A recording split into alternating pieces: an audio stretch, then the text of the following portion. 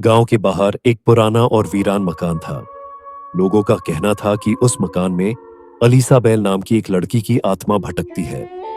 यह कहानी कई साल पुरानी थी।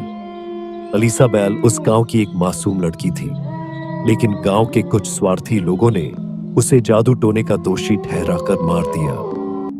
उसकी आत्मा ने तभी से उस मकान को अपना ठिकाना बना लिया था। गांव के लोग उस मकान से दूर रहते थे।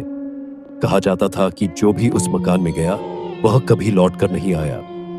एक दिन तीन दोस्त राघव, समीरा और विक्रम ने गांव की इस कहानी को झूठ समझते हुए उस मकान में जाने का फैसला किया। रात के समय वे उस मकान में पहुंचे। मकान पूरी तरह टूटा फूटा और सुनसान था। जैसे ही उन्होंने दरवाजा खोला, एक अजीब ठंडक उनके शरीर में फैल गई।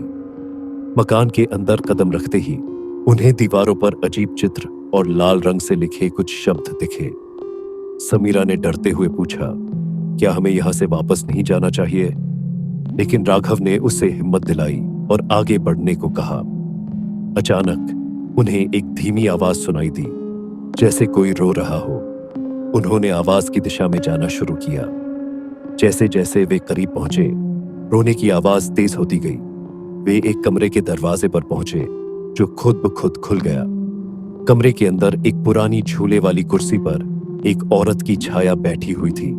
उसका चेहरा नहीं दिख रहा था, लेकिन उसके बाल बिखरे हुए थे। समीरा डर के मारे चीख पड़ी। विक्रम ने हिम्मत जुटाकर उससे पूछा, तुम कौन हो?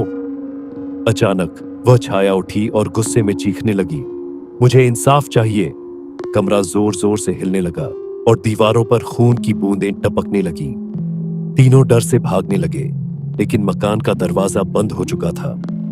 अलीसाबेल की आत्मा ने उनके सामने प्रकट होकर कहा, अब तुम यहां से नहीं जा सकते।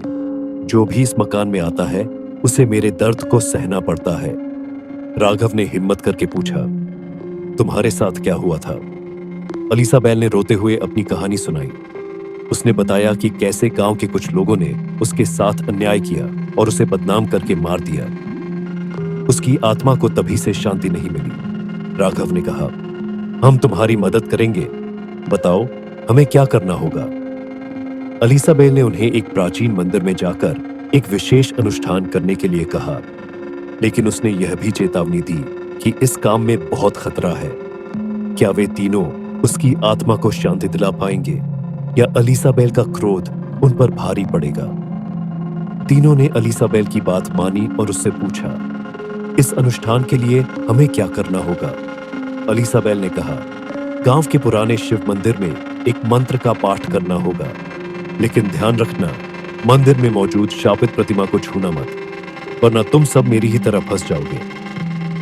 डर और साहस के बीच संघर्ष करते हुए वे तीनों अगले दिन सुबह मंदिर पहुंचे। मंदिर खंडहर हो चुका था और वहां गहरी खामोशी पसरी हुई थी। समीरा के हाथ कांप रहे थे, लेकिन राघव और विक्रम ने उसे संभाला। जैसे ही वे मंदिर के भीतर पहुंचे, उन्होंने देखा कि वहां एक पुरानी मूर्ति पर गाढ़े काले रंग का दाग था। विक्रम ने पूछा, क्या यही वह मूर्ति है जिसका जिक्र अलीसाबेल ने किया था?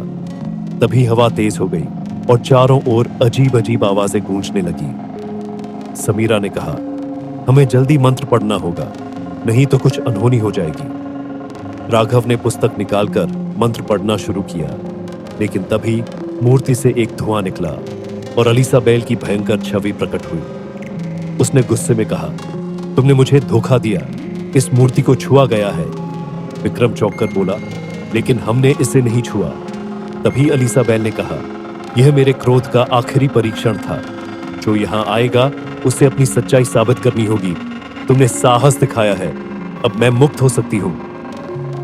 अचानक एक तेज रोशनी हुई और अलीसाबेल की आत्मा मुस्कुराते हुए गायब हो गई। वह अब शांति पा चुकी थी।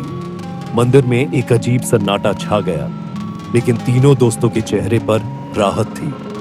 वे जब गांव लौटे तो देखा कि वह पुराना मकान, जो अब तक वीरान था, ढह चुका था। अब वहां सिर्फ एक मैदान था।